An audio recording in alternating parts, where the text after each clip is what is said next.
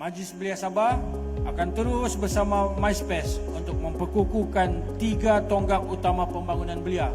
Tonggak pertama ialah tamu suara 360. Kita mahu memberikan nafas baru kepada platform ini supaya menjadi medan dialog belia yang lebih inklusif dan lebih bermakna.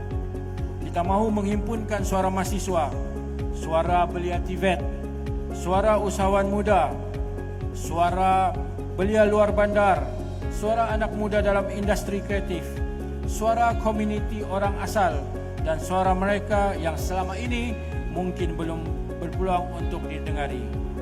Tonggak kedua ialah Dewan Belia Sabah. MBS mengimpikan Dewan Belia Sabah berkembang menjadi sebuah institusi pemikir atau think tank belia negeri.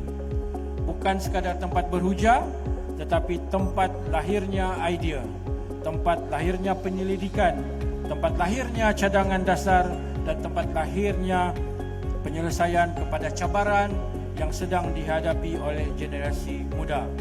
Dan tonggak ketiga ialah Fellow Sabah Maju Jaya.